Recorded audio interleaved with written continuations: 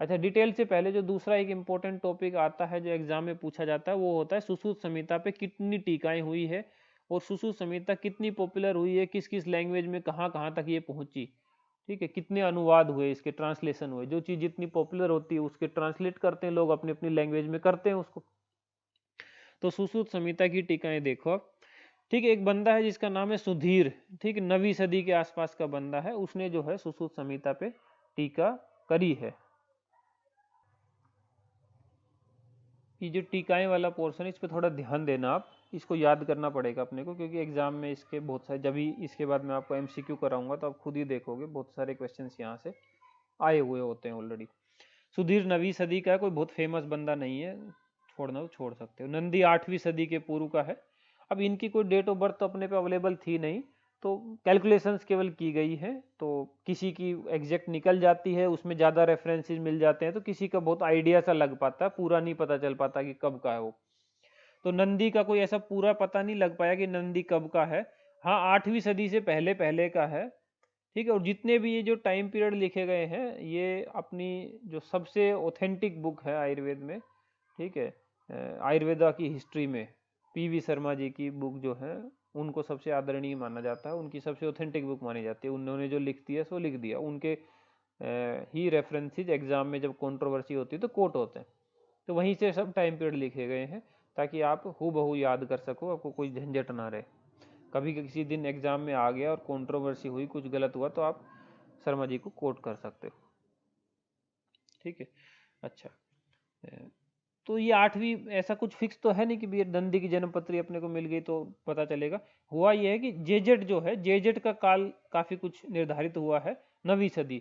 लेकिन जेजेट ने अपनी बुक में नंदी की कोटेशंस को कोट किया है कि नंदी ने ऐसा कहा वैसा कहा, तो इसका मतलब जेजेट से पहले ही नंदी हो चुका है, और जेजेट 9वीं का है तो नंदी 8वीं में रहा होगा। तो इस तरह मैंने आपको एक एग्जाम्पल से समझाने की कोशिश की। आपको कोई उतनी डिटेल की जरूरत नहीं, ना सुधीर ने कुछ खास कंट्रीब्यूशन किया, ना नंदी का कुछ खास कंट्रीब्यूशन है। जेजेट का जरूर है। ठीक है, जेजेट 9वीं सदी का हुआ है, काल याद रखना। वृत्तरयी यानी कि चरक, सुश्रुत, अष्टांग हृदय, चरक, सुश्रुत, वाग्भट, तीनों पे ही इन्होंने संस्कृत में टीका लिखी है। तो एग्जाम में क्वेश्चन आता है, वृत्तरयी, चरक, सुश्रुत और तीनों पे संस्कृत में टीका किसने लिखी? तो जेजेट ने लिखी है।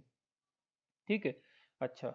लेकिन याद रखने के लिए इसका काल भी बहुत पूछा जाता है, तो काल इसको आप थोड़ा याद रखना कि जब ये तीनों पे टीकाएं लिखी गई वृत्तरयी में, ठीक है, तो उस टाइम पे जेट अवेलेबल थे क्या?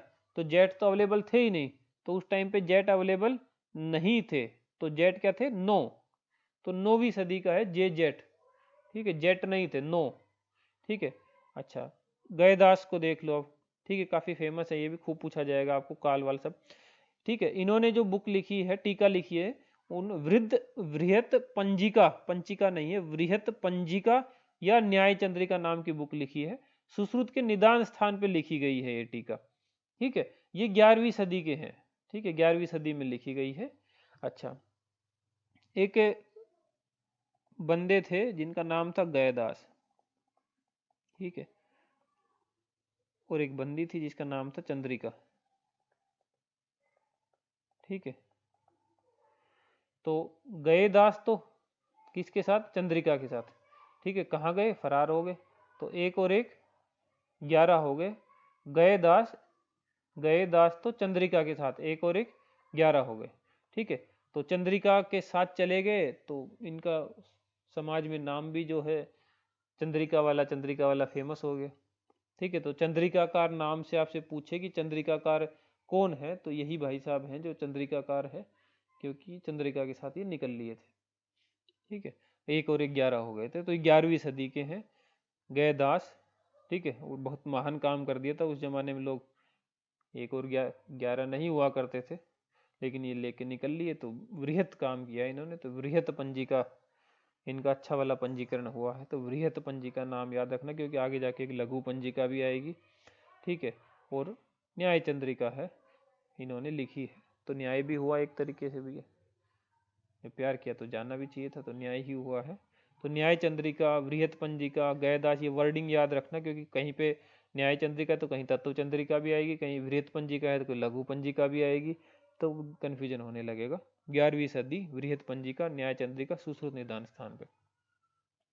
भास्कर को देखो अब आप। ठीक है। भास्कर ने भी जो है पंजिका नाम से जो है ये बुक लिखी हुई है।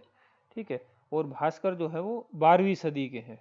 ठीक है, 12वीं सदी के भास्कर पढ़ते हैं। ठीक है। वैसे जब आप पढ़ते रहते हो तो ये वैसे भी याद हो जाते हैं काल वाल, लेकिन बाई चांस अगर आपको ना हो रहे हो तो मैं आपको करा देता हूँ। जिसको याद है सो याद है, उसमें कोई ऐसी आफत वाली बात भी नहीं है। ठीक है, एक सेकंड रुक जाओ। ये जो पंजिका लिखी हुई है भास्कर की, ठीक है, इसी को लघु पंजिका भी कहा जाता है। ठीक है, लघु पंजिका। ठीक है। और क्योंकि इन्होंने लघु पंजिका लिखी है, इसीलिए भास्कर को पंजिकाकार भी कहा जाता है। मैं बस आपको ये बात इसलिए बता दे रहा हूँ यहाँ पे क्योंकि नाम आ गया है। अदरवाइज हर एक आचार्य को हमने अंदर के पेजेस में डिटेल में कवर किया। ठीक है, ऐसा नहीं कि ये अंदर आपको मिलेगी ही नहीं ये इन्फॉर्मेशन, ये सारी की सारी इन्फॉर्मेशन अंदर भी है इसके। ठीक है, लेकिन आगे है तो मैं बता दे रहा हूँ कि पंजिका है लिखी, इसलिए पंजिकाकार कहा गया है। लघु पंजिका या पंजिका इसी को कहते हैं। अच्छा, अब इनके भाई साहब को याद करो जो इनके ऊपर जा चुके हैं, गयदास। ठीक है, उन्होंने बड़ा काम किया था, चंद्रिका को लेकर निकल लिए थे, 1 और 1 11 न्याय का काम किया था। तो न्याय चंद्रिका उनकी बुक टीका थी, या वृहत पंजिका, वृहत काम किया था उन्होंने। लेकिन लघु इन्होंने किया भास्कर ने, वो वृहत थे। ठीक है, ये लघु है। ठीक है, और उनका चंद्रिका, चंद्रिका के साथ निकले थे तो वो चंद्रिकाकार फेमस हो गए, ये पंजिकाकार फेमस हुए हैं। ओके। अब हम लोग जब याद करते हैं इनके काल वगैरह, तो वैसे काफी बार रिवाइज करोगे तो वैसे ही याद हो जाएंगे, नहीं तो हम लोग ऐसे करते हैं कि 12वीं वाले जो मेन मेन लोग हैं उनको इकट्ठा याद कर लेते हैं। तो 12वीं के ये हैं, तो 12वीं में हम क्या करते हैं, ठीक है, आप देखना कि जीवन में जो सफलता मिलती है वो उन लोगों को मिलती है जो धैर्य रखते हैं और जो बार बार प्रयास करते रहते हैं। ठीक है, कौन हारा हुआ उसी को माना जाता है जो प्रयास करना छोड़ देता। जब तक आप उठ के खड़े होते रहते हो तब तक आप हारे नहीं हो, मैच चलता रहेगा। तो बार बार जो मेहनत करता है उसी को क्या मिलती है, विजय श्री मिलती है, उसी को विजय श्री मिलती है। तो बार बार मेहनत से ही विजय श्री मिली है भास्कर को और डल्लन को। ठीक है, या याद रखते सकते हो, जैसे किसी का नाम हो डल्लन भास्कर, डल्लन भास्कर को भी बार बार मेहनत से ही विजय श्री मिली है। तो ये 4 लोग बड़े फेमस हैं, विजय रक्षित, श्रीकंठदत्त, भास्कर और डल्लन। ठीक है, इनको बार बार से 12 याद रखना, 12वीं सदी के हैं ये लोग। ठीक है। अच्छा, फिर एक बंदा है श्री माधव। ठीक है, इन्होंने 2 टीका लिखी है, सुश्रुत श्लोक वार्तिक